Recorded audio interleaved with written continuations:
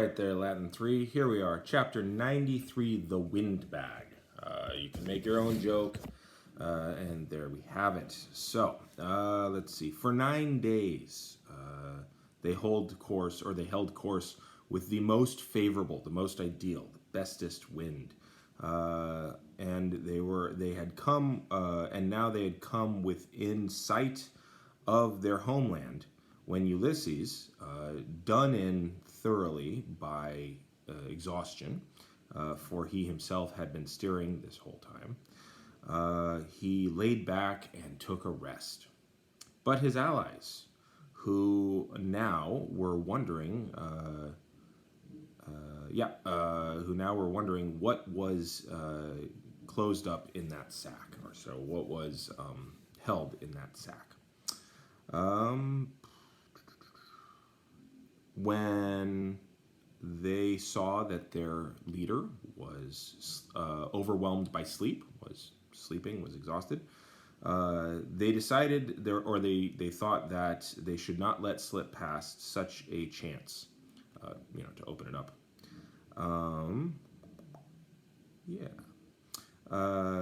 They thought that gold and silver was hidden inside there. And so, with the hope of booty, seduced by the hope of booty, they opened the sack without delay. And when this was done, the winds... And then here you have another quote. Again, this is a quote by Virgil, and he's quoting roughly from the same area, actually, because we're talking about Iolus still. And so this is kind of a clumsy version. Well, this is Virgil, but this is a clumsy insert by Ritchie's of Virgil. So let's see. The winds rushed forth just as a battle line which had been drawn up when a gateway is given, and they blow through the lands in a whirlwind, or like a whirlwind. Let's see here. Such a storm suddenly arose that they were not able to hold their course, but they were brought back to the same place, or to the same part, or same place from which they had set out.